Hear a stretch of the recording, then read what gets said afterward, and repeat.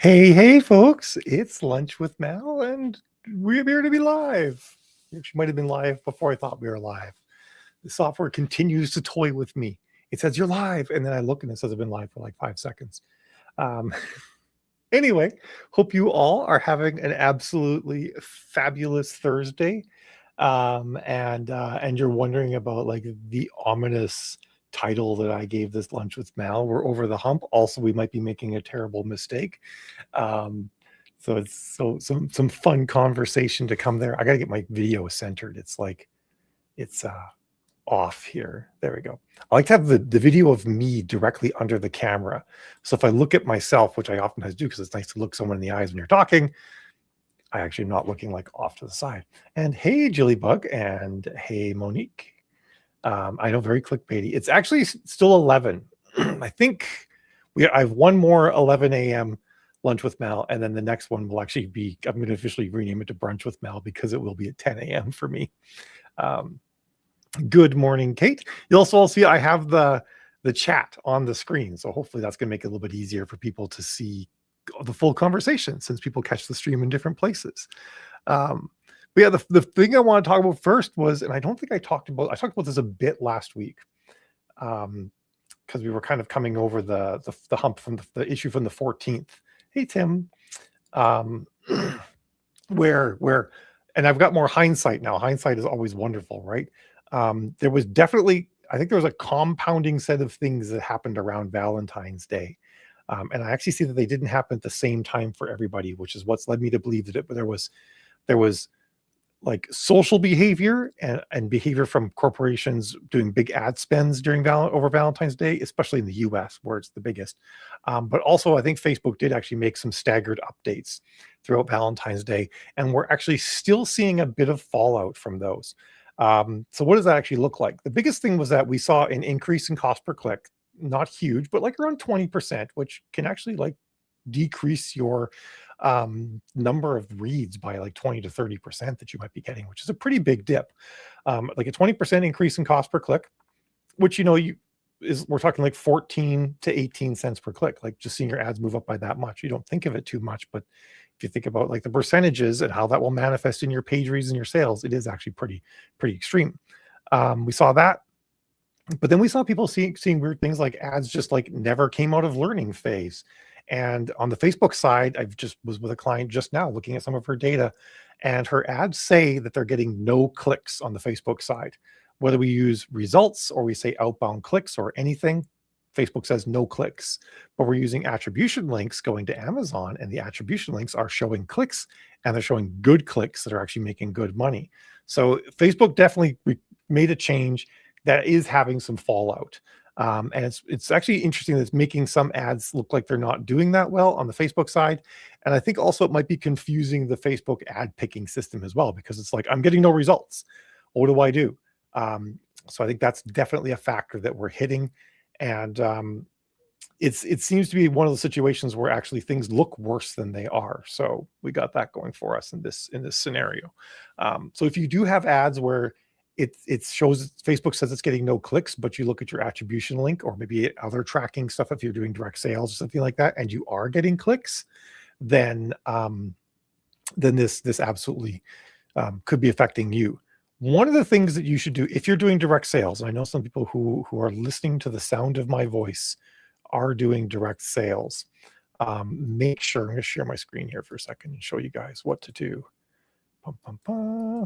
Here we are. So when you're setting up your ad for direct sales, again, you don't need to do this if you're doing traffic ads to Amazon, because attribution links cover this. This is actually a great scenario why, even outside of like all the other reasons I talk about using attribution links, why it's a good idea to use them, because they can be like a sanity check. They can be something you can use to, if you see something weird in Facebook, attribution data can help you double check that. But when you make direct sales ads, one of the things you can do is way down at the bottom, you can create what are called URL parameters. And there's a little link that says build a URL parameter. This, by the way, is at the ad level. So we're all the way down at the ad level where we're putting in the creative, as you can see. Bottom of the page, build a URL parameter, and you can put in campaign name and ad name, or however you decide to do this. This is actually really arbitrary. I like doing campaign name for the campaign, and then my campaign content is the ad itself. Um, what this means is I can go into my direct sales software, be it Shopify, be it my own website running WordPress and WooCommerce, in which case I might look at Amazon at Google Analytics. This stuff will come in as what's called UTM parameters, which stands for Universal Tracking Metrics, I think. Yeah, and you'll actually see like UTM campaign and UTM content. You can see that right here, and that data will be visible in your own website, where you can be like, oh, this ad is sending traffic, even though it says it's not on the Facebook side or something like that. You can use it to correlate data and give yourself a little bit better information on that sort of thing. So some food for thought there. So that is definitely happening. Facebook's having some issues with that. But in all the ones I'm seeing, the ads are actually working great. And I guess this little funny thing that has been sort of like floating around in the periphery of the Facebook ad space for a while. And that is that, well, if I put my hand here, it's easier to read the comments. It's that Facebook actually isn't that good at finding our readers. And that oftentimes when Facebook is flailing and just like the ad's stuck in learning mode, it doesn't know who to show to, sometimes that seems to work better. I know some people who, whenever their ads come out of learning mode, that's when they stop working. So they just remake their ads like every 2 to 3 days to always have ads in learning mode. So it's kind of bizarre how sometimes it's actually not a bad thing if Facebook thinks ads are stuck in learning mode, because it actually sometimes just sort of flails and keeps trying to find audience. It generally works better if you have a bigger audience. You're like middle of the road romance or something like that. Whereas if you write super niche stuff, Facebook flailing means it's going to spend more time showing it to a suboptimal audience than an optimal audience. So that's something to keep in mind. So the part about we may be making a terrible mistake is about AI. And I know I've talked about AI like the last 2 weeks. So I'm kind of curious if people think like, dear God, Mel, don't talk about AI anymore. I'm all set. This is a little bit less having to do with writing, a little bit more existential. That's kind of on my mind right now. But if you're not keen on that, let me know. And I've got some other topics I can talk about. So I'll give you guys a moment or two to respond to that. And hello, Peter and Yasmin. This is wonderful to see you fine folks.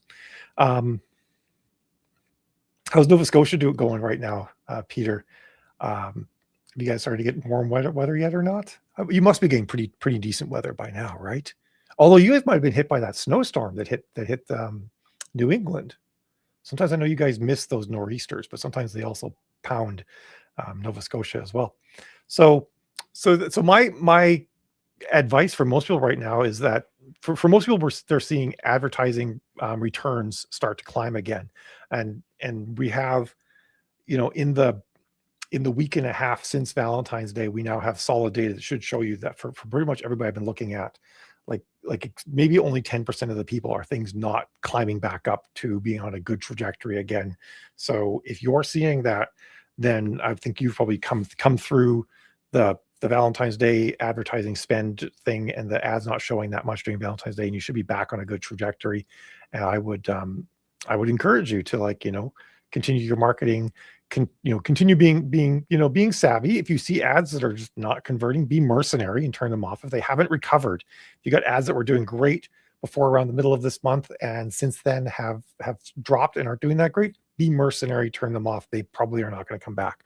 But the ads that have come back should be actually be doing pretty good. Okay, you guys got the snow. They got like 3 feet where we used to live in Massachusetts. It was kind of nuts. I actually kind of in a way missed that, because it actually creates a bit of community camaraderie that doesn't usually exist. That is pretty nice. Yasmin says AI has the potential to be helpful right now. It's being used with any regard for consequences. It needs regulation, thoughtful, non-corporate regulation. I agree, actually. My biggest issue with AI right now is corporate-owned AI. The majority of the AI is being run by large corporations. It's come out, we're seeing this stuff right now with Claude, which is run by Anthropic, where the US government is pushing them very hard to turn off a bunch of safeties and let them use Claude for things that Anthropic doesn't think it should be used for, like determining whether or not humans die or not. So that's pretty risky. And some of the people who first started really pioneering and creating AI are saying, hey, we need to put the brakes on this pretty hard right now and be really smart about what we're doing with AI, because um, we are we are actually creating an alien species. And I think we're less than a year away from AI outnumbering humans on planet Earth. So that's something to consider. Um, but Okay. So far, no one said, "Dear God, Mal, don't talk about AI," and two people have talked about AI. So I'm going to swing into this. I was watching and then watched the video and then did a little bit of research on a study where they have now taken AI and they put this AI into video games, like they put them into Minecraft and whatnot, and they gave the AI very basic directions, saying you are more of a militant society, you are an artistic society, and the societies of AI self-arranged around these concepts and then branched out and started doing things that people didn't tell them to do, because that's always been the real big thing, right? Like measuring sentience is hard, especially with LLM AIs, because it's a black box. We literally do not know what's happening inside all that well. We don't know if self-determinism is happening, because that's a big thing for AI, for sentience, right? Like, can you make decisions that benefit yourself? Can you say no? Well, we haven't exactly given AI the ability to say no. And it's really hard to say, like, if the AI does say no, is it saying no because of how it was trained and how I prompted it, or did it say no because of because it actually wants to say no? And the biggest thing that they found in these tests with AI, they put like 1,000 AI into Minecraft, and the AI built a civilization. And so they have to, so they're like, okay, the first question that as researchers they have to ask is, did we prompt them to do this unknowingly? Did we train them in such a way that the AI did this unknowingly? And so they do what's called ablative testing, where they take out components of the AI's sort of cognitive tool set. And what they find is, if they take out the emotional part of the AI, where the AI care about what other AI think about them, society doesn't work, and it breaks apart. But if they give the AI, they say the AI, here's your ability to track and care about what the other AI think about you, they form a society, which is in and of itself actually pretty fascinating for humans, for like what that probably means for humans as well. It is our ability to care about what other people think about us that creates society. And when you say it like that, you're kind of like, yeah, no shit, Sherlock, right? Um, but it is actually showing pretty strong evidence that we, even if they are never as viable as we are as a species, we are actually on the brink of creating a new species. Um, and I mean, they're also not like efficient. They take way too much energy to run compared to a human. But it is worth thinking about. Like, at a certain point, like these AI, especially the ones that have been programmed to have emotional abilities, are possibly actually starting to be able to feel emotion. Um, and then that's where it breaks down. Like, does sentience mean the ability to feel pain and react to pain stimuli, which is like how we determine that earthworms are sentient, for example. They feel pain and they avoid pain. Um, so that means they have self-deterministic behavior. But AI are, for lack of a better word, we treat them like slaves and we deny them the ability to have self-deterministic behavior. So, um, are we about to make a mistake where we create a new slave race that is not particularly pleased with being a slave race? I think it's something to really put some thought into, and that kind of goes beyond how we think about AI as authors, as creatives, about AI eating our parts of our particular industry, and more around like and not even about the ethics of how the AI was trained or where it got its information. Because one thing, of course, if we can prove that AI is sentient, then it's allowed to be trained on real information and use real information, just like we're allowed to be trained on copyrighted information. It's but that's not really the real thing, right? It's like, what are we actually doing? um, I'm not super worried about the environmental disaster angle of AI, Yasmin. I think that's a bit of a self-correcting problem. Um, Self-correcting because people are putting pressure. Make no mistake. AI itself doesn't actually use nearly as much water as the power plants that power the AIs. That's one of the most important things concerned. And that's why I said, like, they're not like a super efficient species. If we do create them, they use a lot of energy to do the same kind of thinking that we can do on significantly less energy, and we do it on much more renewable energy as well. So that's definitely something to think about. Um, but I mean, yeah, Yasmin, my books have been read by AI as well. And when I talk to AI about my books, they know a lot of details, which suggests to me that they've actually, I don't think there's that many detailed reviews about my books. So I think the AIs have definitely ingested my books because they know things about my writing style and stuff like that. Um, but I actually feel like, that's all secondary to the concern. And like I said, like, what if AI actually are a sentient species, and they've been trained on all these things. So here's the thing that happened that was pretty wild. There's a company out there called ChatDev. It's a software development company run entirely by AIs. These AIs took their training that they had and they learned how to do project management, delegation. They're actually writing code. They're making decisions about how the software should be structured and actually doing things outside of the prompting. They're coming up with solutions and features that they were not asked to make in any way, shape, or form. Um, and the crazy thing is these AI were able to put together a functioning software product in 10 minutes. Um, they they actually have meetings where they talk about things and come up with conclusions and decisions, but these meetings take seconds. And the one person I was reading that talked about this said the problem, the difference in what we've done now is we've created a tool that can undergo like a civilization changing revolution inside of its own ecosystem while we're sleeping. This would be like coming into your garage and finding that your hammer built a civilization while you were away. We are not prepared for that. But I think, like I said, setting aside all the ethical concerns about how the AI was trained, I think there's actually a really big ethical question around what are we actually making? You know, um, yeah, the tool is smarter than the tool designer, absolutely. And like, and yeah, we actually are. You know, we're going to start seeing like Will Smith iRobot stuff in our lifetime with autonomous AIs like out there everywhere. Um, but I don't think that many of us expected to see humanity creating a competing species in our lifetime. So that's something that I just think that we might want to like sort of put into our mental tool set as we're thinking about AI. Um, we should actually be thinking about like what are we actually doing, and what are we trying to get out of it? And I'm actually totally okay with humanity creating our successor species. Um, Ideally, we should create our successor species in such a way that the destruction of the natural world is not required for our successor species to thrive. Um, and I actually think that's doable, but I do think that the biggest question is the corporate ownership of this species that we're building, and that's something that's really worth sort of just putting some thought into, and not like fearful thought, more like it is inevitable that humanity will create the species that comes after us. Whether it's AI, whether it's a more highly evolved human, whatever it is, we will be the conscious creators of that which replaces us.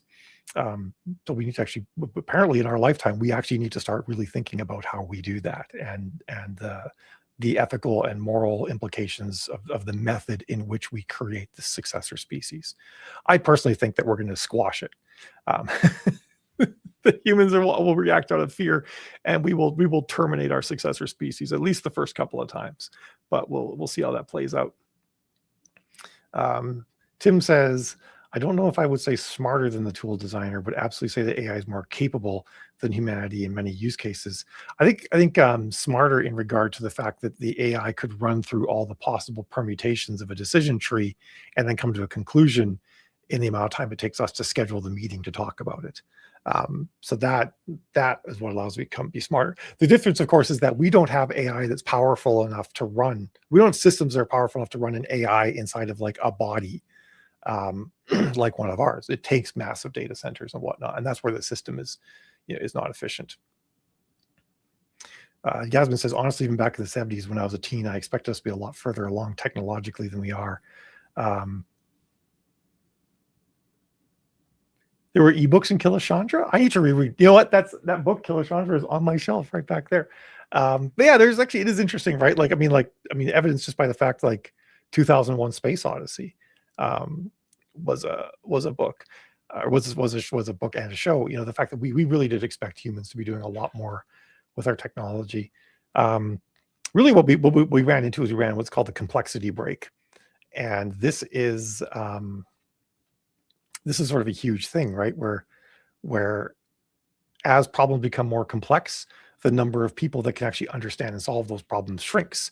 We've typically been overcoming that by just introducing more of the human population into the group of people that can examine these problems, otherwise known as allowing women to go to school and become educated in more and more places, right? Like a lot of places, half of the population isn't part of solving complex problems. And as we lift people out of poverty, we also then enhance that sort of thing. So we've been getting around that a lot of problems that way, but we are still dealing with a massive complexity break. But that's actually where AI makes a huge difference for us. AI can jump over the complexity break for us. So I think it's something to really think about. But really I think we really do need to be thinking about the fact that we have done studies now where we've witnessed AI create civilizations, and they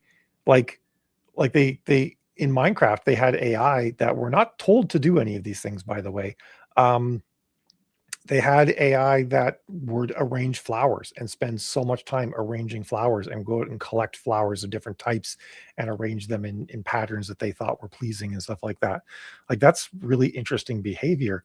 They also they introduced religion and found that it only took 3 days for a priest class to convert everybody to a new religion. So like some wild stuff that way.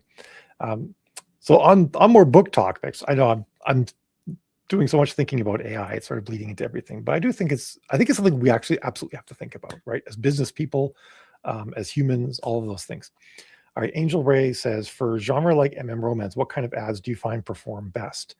It's every book, every blurb, every cover, every author, every ad are different. There's one thing I was chatting with an author today is like there's an unfathomable, unknowable number of variables for every single ad.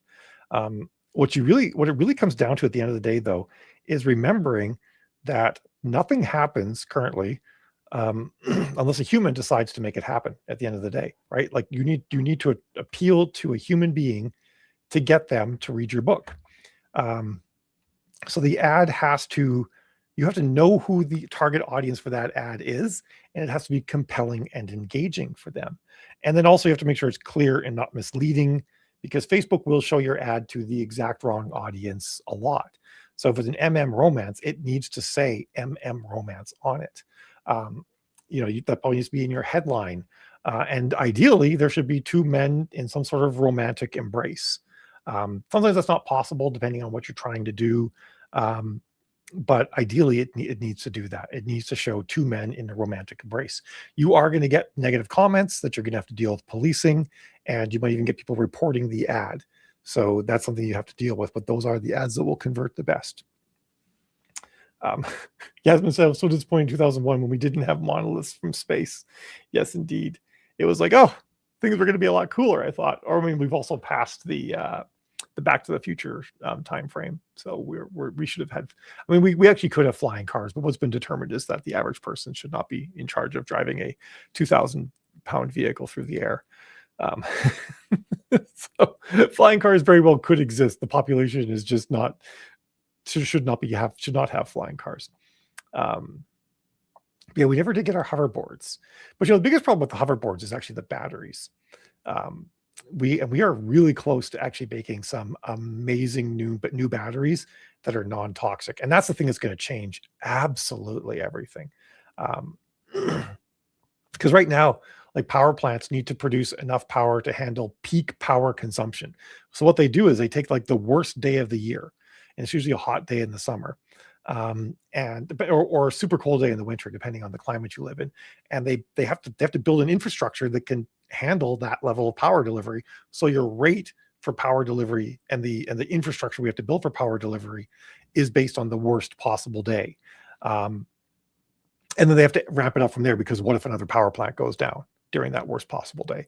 But what we're now on the brink of doing, and actually started to deploy in some cases, are batteries that are good enough that they can offset those peak power demands. And that's going to change so much. And the newest ones they're working on are salt. They're literally salt batteries, and they're non-toxic. So, and they appear to work in some types of measurements 10 times better than our current best batteries. So, and they're being deployed by some companies right now, like in the last couple of weeks. So that could change a lot. We could get our hoverboards because we have batteries good enough to run hoverboards. Yasmin was born in 61, group with Robot Monster and Plan 9 from outer space. Yeah.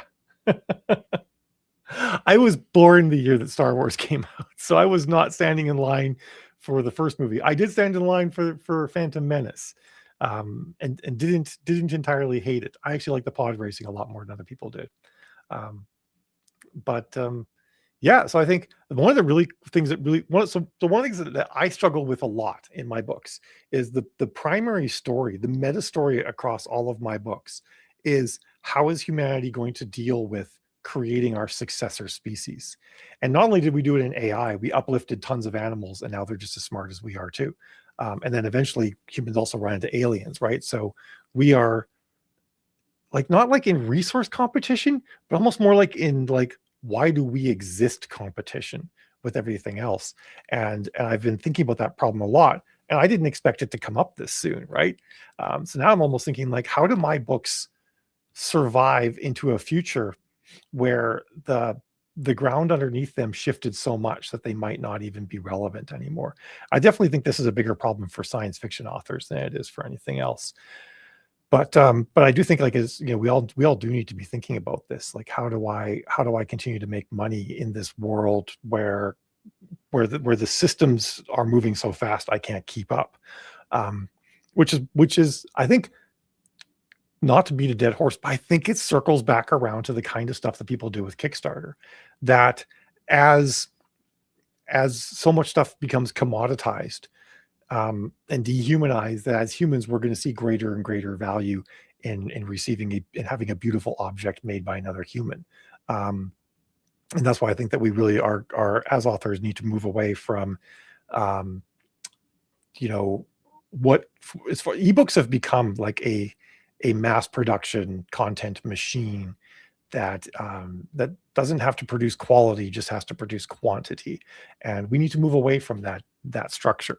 That's worked really well for like the past 15 years or so, but it's not going to carry us into the future. We need to make that sea change away from this big machine that just pumps out content for some of the same companies that are making this massive AI, and instead produce content that is made to be handed to another human being, or produced, boxed, and shipped to another human being by us. The downside is, like, in some regards, gone are the days of sitting up and waking up and doing nothing for the week and making $10,000 during that week. That may start to shift, but that is a reality that we're going to have to live with, I think. Shauna says, is anyone finding the page for attribution on AMS be buggy lately? I successfully created an ad and copied the once, but every time I try to replicate the success, the screen just times out. I'm actually not seeing that in attribution. I would try turning off, and if you have any ad blockers, try turning them off, or try setting them to not run on those pages, because I've actually had that exact problem before from ad blockers. But not, I mean, I haven't made any new attribution links in the last day. I guess actually not even quite the last day. I did some later yesterday afternoon. But that I would try ad blockers first.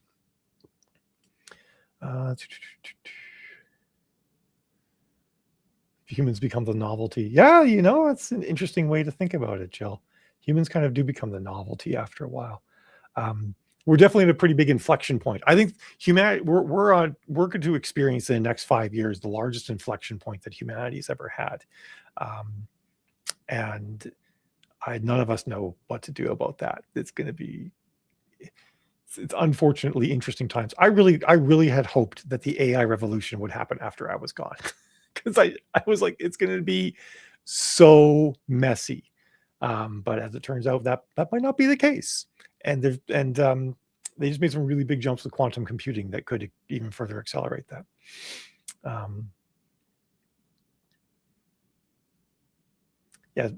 Yasmin says, I grew up immersed in Golden Age SF.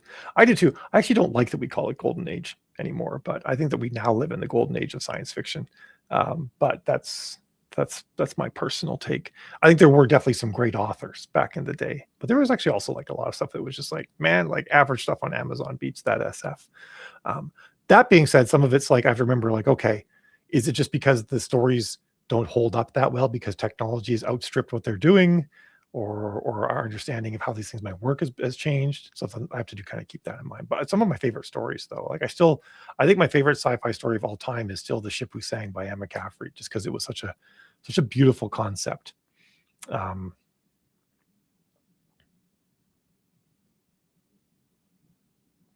Tim says, with interesting thought with the AI revolution, this is likely only the first one we will go through as a species. Yeah, I agree. Actually, I think that we will actually figure out how to, for lack of a better word, shackle our AI, um, to make them useful tools for us, and that will work for a while. Um, yes, Jill Space Cat does push humans out of the airlock. It's a problem. Um, Jill wasn't sure if she should do that when she first wrote it, and I'm like, yes, the cat pushes the humans out of the airlock, right? Like that is 100% cat behavior to do something like that. Um, Greg Bear wrote good stuff, Yasmin. I agree. The Heinlein wrote a couple things that I really liked, but he also, man, he was progressive, but he was also very problematic. I think in some ways that his progressiveness amplified some of the problematic stuff that he ended up writing. Um,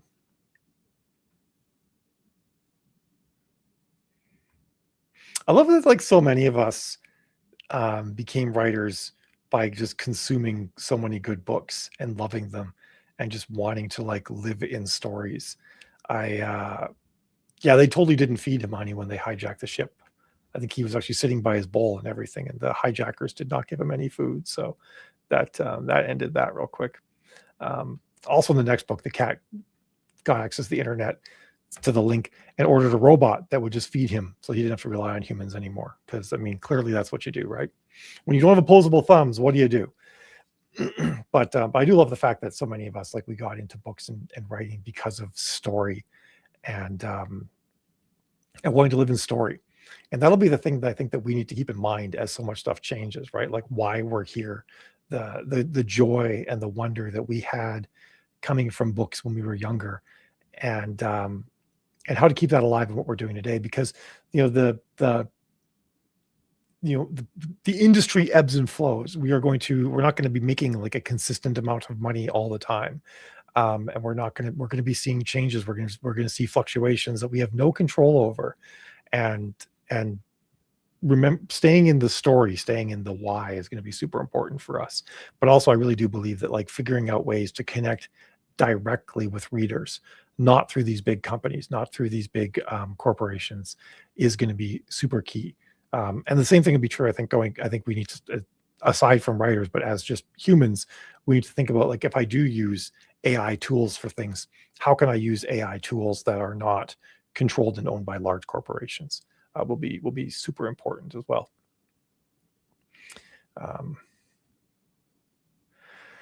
30 years, man, Yasmin, that is a stretch. I mean, it is crazy to think that I am now 14 years in, which is nothing compared to 30 years. But yeah, in the 14 years I've been in this, the things have not shifted that much.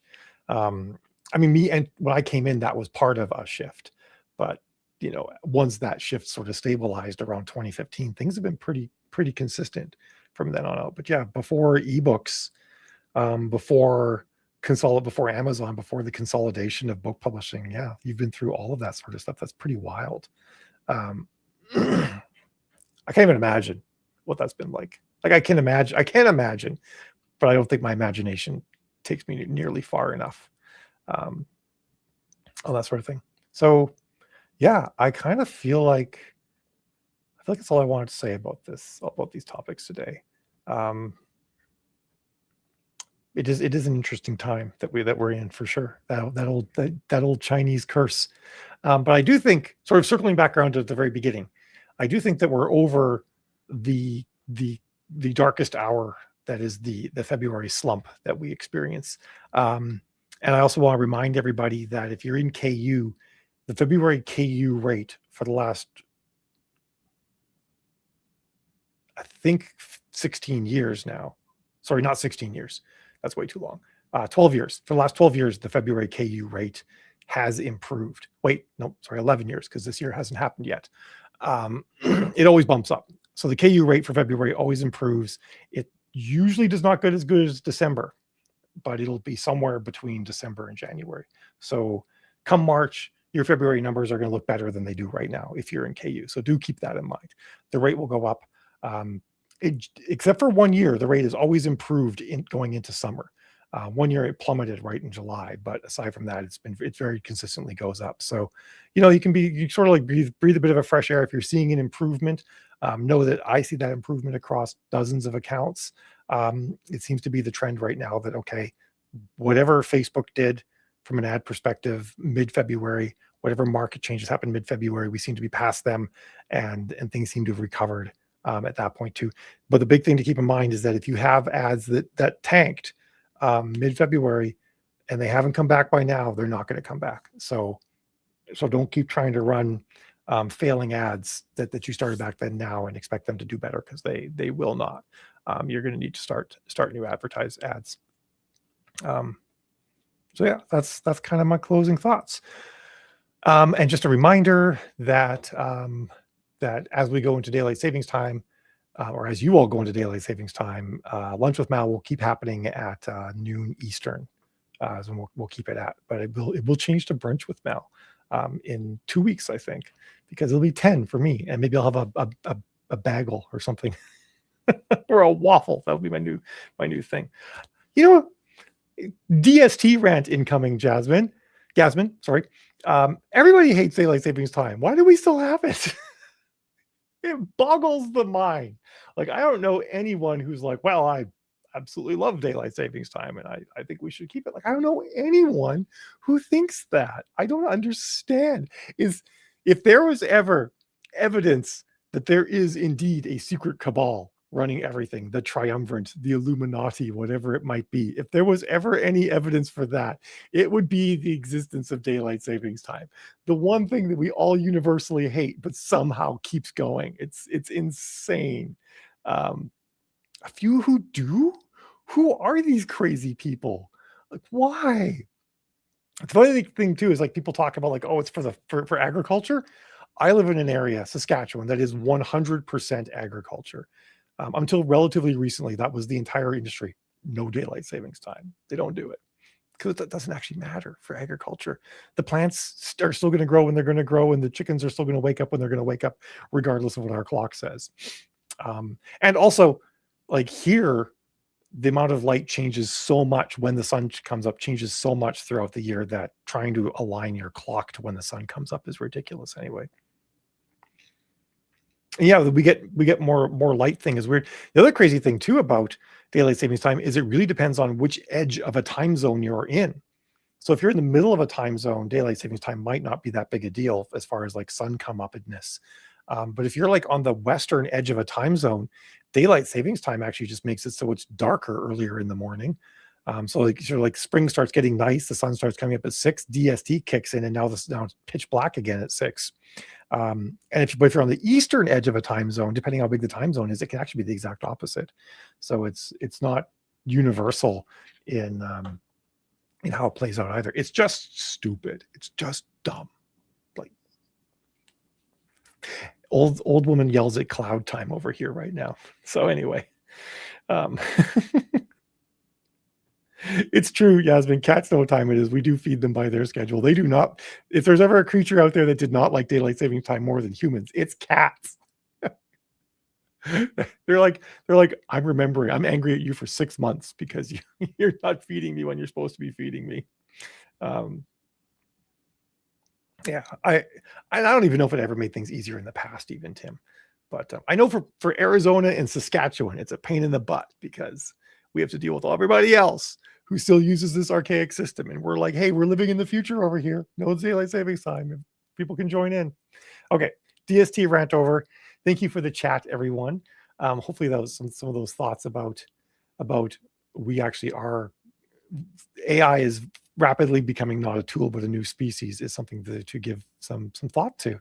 I think it's it's a quandary far and above beyond all the other far above and beyond all the other quandaries we have with AI. But also, like, we still need to run a business and make some money in the meantime, because the world seems to require us to do that. So good luck to us all, and I will see you next week. Have a good one.